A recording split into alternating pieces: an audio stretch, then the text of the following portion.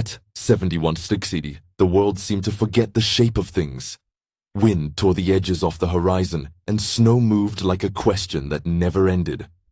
In a tiny wooden cabin at the edge of a frozen birch line, an old woman sat with her back to the wall and a blanket pulled up to her chin. Her breath smoked in steady little ghosts. The stove was a small square of orange in a white silence. Outside, the wind scoured the trails she once walked. Inside, the floorboards remembered footsteps that no longer came. She had been left where the map stopped. The men who had promised to come back had taken the rope and the last bottle of kerosene and gone into the storm. They left a note, folded and stiff with cold, and they left her with the hush that follows abandonment. Cold did not thunder at first. It crept, numb fingers, a heavy head, the way the light thinned until even memory felt pale. She wrapped her hands around a chipped mug and thought of a summer orchard she could no longer name. Her eyelids grew heavy. She counted the ticks of the stove like a prayer. Then, far off, like someone knocking on the edge of thunder, a sound came that did not belong to the human world. A high, keening cry threaded the wind. Shadows moved against the sky. For a long moment, she could only listen. The cry came closer, urgent as a bell. If you want to see how the bird changes everything, stay with this until the end to meet the little eaglet. The first danger arrived on soft feet and human breath. He appeared out of the white as if he had been made of the same cold. A man in a threadbare coat, his face half hidden beneath a scarf. He paused under the birches and peered at the cabin with the narrowed patience of someone who believed hard weather would make weak things easier to take. He tested the latch. The old woman pulled the blanket tighter and moved toward the far corner, where the stove's thin warmth collected like a small sun. The eagle found her then.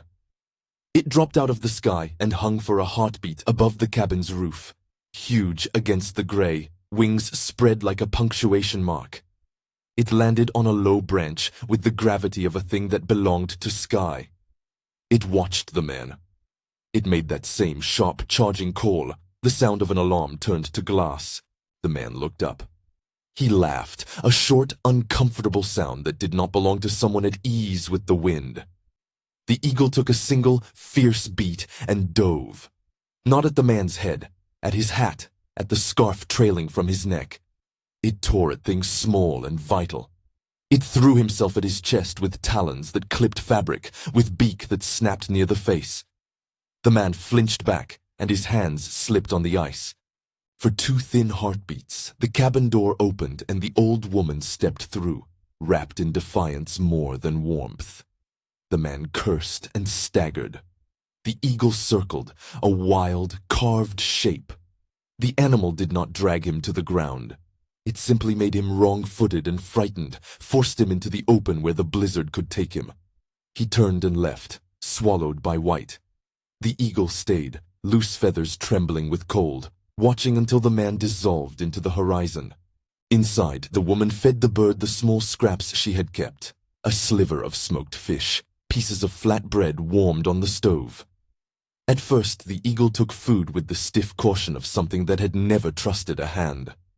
Later, it accepted her presence as part of a larger pattern, like the way the stove always needed tending. It hopped onto a rafter above the table and watched her with an intelligence neither human pity nor human triumph could own. Sometimes it tilted its head the way an old friend does when listening to a story told badly. Days passed in a series of small, sacred duties. Each morning she checked the oil, dredged the bird's perch of frost, crushed a little meat into a bowl, and set it down. She rubbed cloth across a singled-out feather that had a bent at the shaft. The eagle would preen it later, nibbling the ragged edge into neatness. They kept to a rhythm: light, water, food, a scrub of hands on a cup. The sound of her humming filled the spaces the wind had cut away.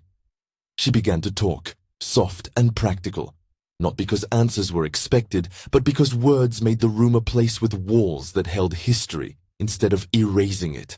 At night, when the wind drew figures on the window panes, the eagle would tuck itself into the rafters and watch the stove.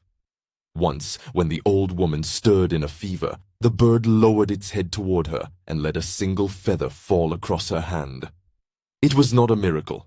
It was a weight, a warmth concentrated in an improbable place. It was enough. When the storm battered the forest clear to the next dawn, the eagle did something that no one could have planned for. It arrived with a small, fragile burden between its talons. An egg, pale and specked, wrapped partly in feathers. The bird set it gently on the doorstep and tapped at the wood with its beak as if to say, "Keep this."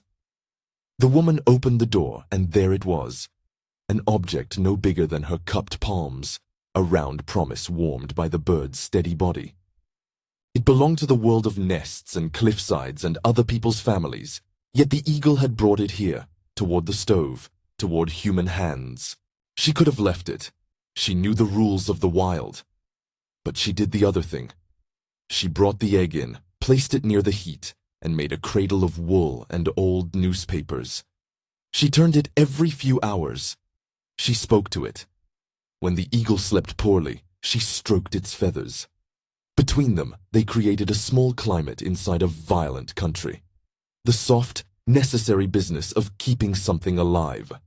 When the hatch came, it was not one sudden explosion, but a slow, miraculous insistence. The shell scored, and a wet pink beak pushed through, and the tiny creature that unfurled had no grandeur. It was more broken toy,